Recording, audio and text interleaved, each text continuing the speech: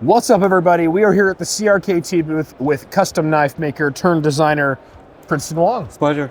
We're going to talk about some new knives here at Blade Show.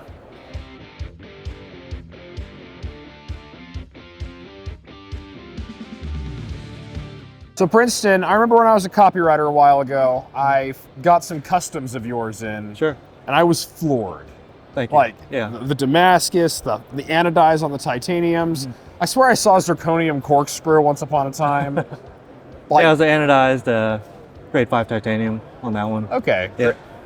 But either way, like, who machines a corkscrew out of grade 5 titanium? Yeah. If not a very passionate maker.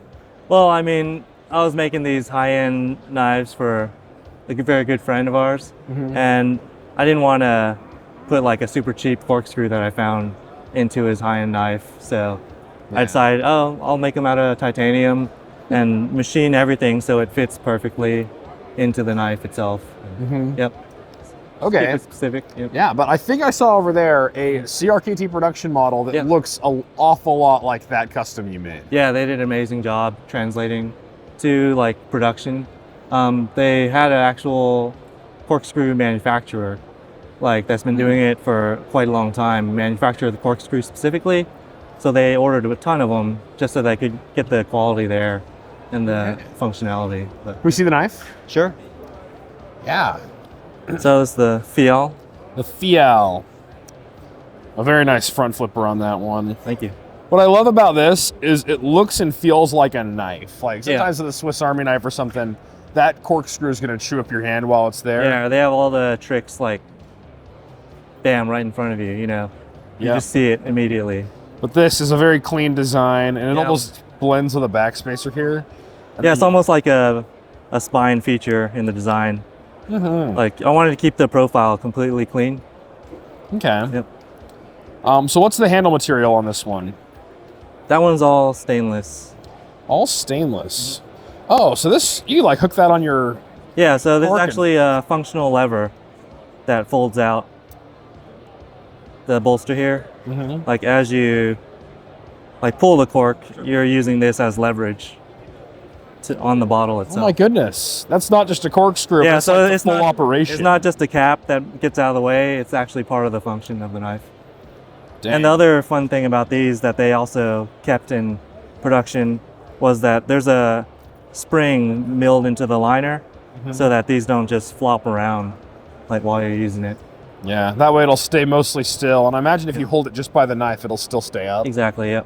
Which will be nice when you're The other mounting. thing I ran into, and the reason I did that spring, was that I didn't want the corkscrew rattling around like while it's in the closed position. Yeah. Like, yeah. It's just an annoying thing if you have a little rattle there. So it solved that problem. Man, what a clever design. Thank you. So I think there's two versions of this, yeah? There are, yeah. There's this one, and there's also an ultra premium. Okay. An ultra premium. So this one's a lot lighter. It is, yeah. So that one's full grade 5 titanium, M390, and similarly a steel corkscrew. I'll tell you, like, this is the gentleman's knife, I think. Right. Yeah, Yes. you open your wine and have your steak afterwards, right? Yep.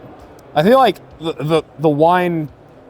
The wine. I feel like a corkscrew is something that I've heard numerous gentleman influencers say, like, you need a good corkscrew. Sure. And you also need a good pocket knife. And I think this is perhaps the most artful and classy way I've seen the two integrated Thank you. ever. I really appreciate that. Very nicely done. One other feature that most people don't know about is this notch here. It's to play kind of off like a Spanish notch, but it's just large enough to open cans with it. So if you're not drinking in a for perhaps wine- less refined beverage. Yeah, have a beer or a Coke, you know, you're good to go. Yeah. Very nice looking knife. Thank you. And then we have another one of your designs as well this year. Yeah, that's the nucleus. The Nucleus. Here we go. So this one, Yeah, this one has multiple deployment methods.